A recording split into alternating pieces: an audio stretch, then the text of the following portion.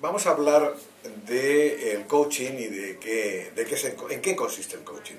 Hoy día sabemos que se habla en todas partes, todo el mundo tiene un coach o quiere tener un coach para su trabajo, para cantar mejor, para hacer mejor el deporte, etcétera, etcétera. Y de alguna manera vamos a ver un poco, yo quería enfocar cómo hacemos en PNC Coaching y Mentoring un proceso de coaching.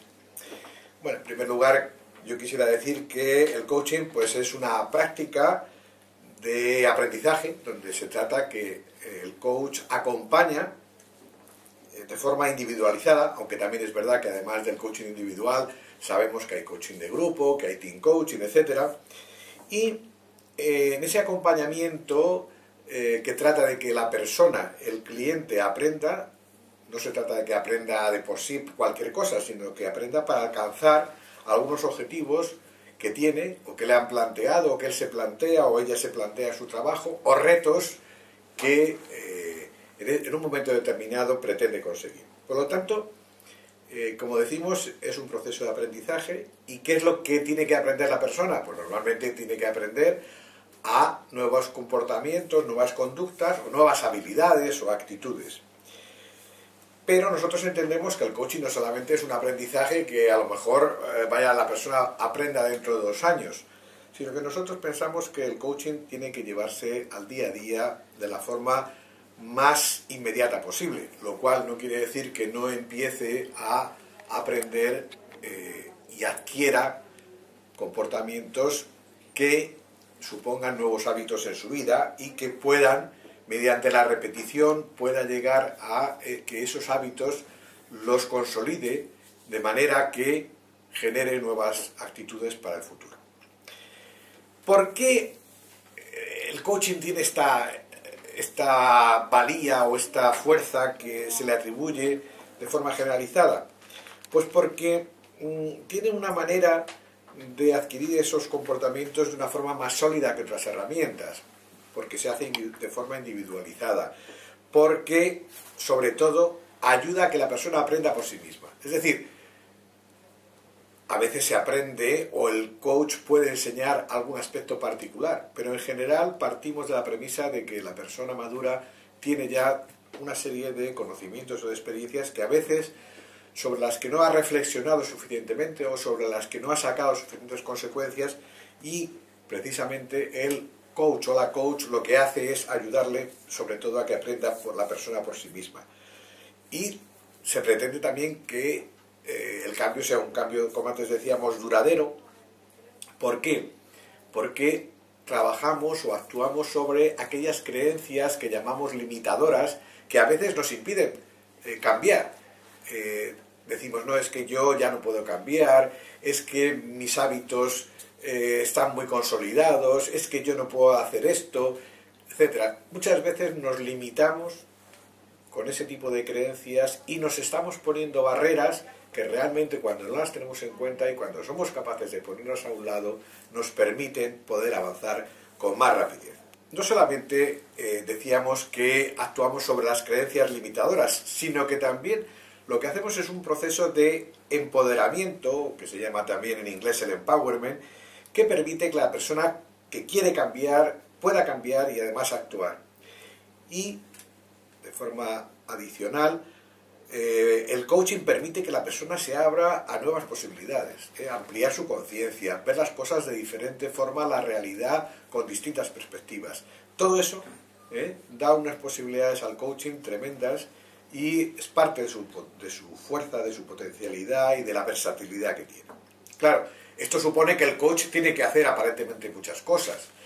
Cosas que a veces son sencillas y que a veces no lo son tanto y que son a veces complicadas, y supone que el coach tenga un entrenamiento importante. ¿Qué cosas? ¿Cuáles son los roles que el coach tiene que hacer a lo largo del proceso?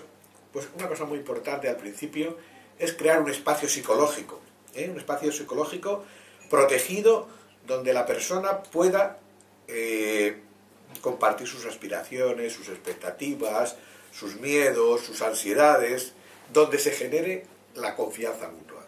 Si no hay confianza entre coach y coachee, el coaching no funciona. Por lo tanto, algo muy fundamental es esa generación de confianza ¿Cómo se consigue? Pues básicamente se consigue a través de lo que llamamos la confidencialidad. Asegurarle a la persona de que aquello que habla ahí tiene la tranquilidad de que no va a salir en ninguna parte, de que va a quedarse dentro de los límites de la sesión de coaching.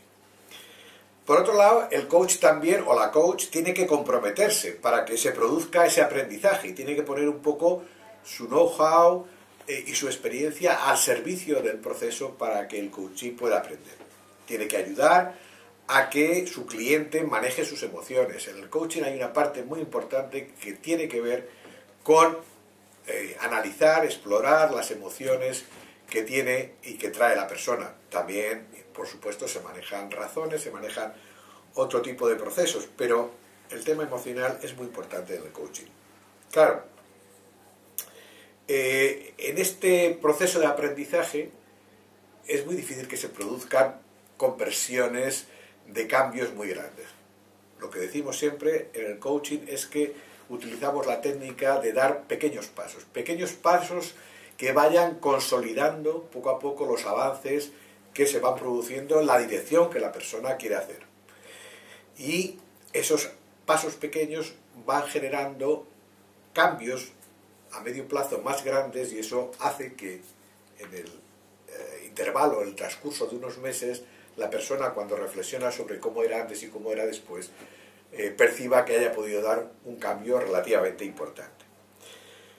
También, lógicamente, el coach tiene que acompañar en ese viaje que llamamos de realización personal. Es un viaje, una trayectoria que va recorriendo por distintos momentos, recordando lo que ha hecho en su vida, cómo ha sido su trayectoria profesional, qué es lo que quiere hacer, hacia dónde quiere ir y acompañarle y viendo un poco, analizando cuáles son los fracasos, los éxitos, cuáles son las claves de las cosas que le han salido bien para que de alguna manera las personas las pueda consolidar. También, lógicamente, el coach tiene que facilitar la búsqueda de soluciones, apoyar mucho a la persona en los logros que va consiguiendo, porque de alguna manera esos logros es algo a consolidar y la persona tiene que percibir que su coach se alegra, le anima, le ayuda para que eso lo pueda consolidar. El coach también comparte su experiencia, lógicamente, porque ha pasado por situaciones a lo mejor parecidas. No es porque se puedan dar consejos, pero sí es verdad que todos sabemos que se aprende a veces en cabeza ajena, decimos. Y si el coach relata una experiencia que le ha servido para determinados cambios de comportamiento, pues a lo mejor eso puede servirle, puede ayudarle al coaching. El coach también tiene que tener una gran empatía. Si no es capaz de ponerse en la piel o en los zapatos de su cliente, es muy difícil que le pueda entender.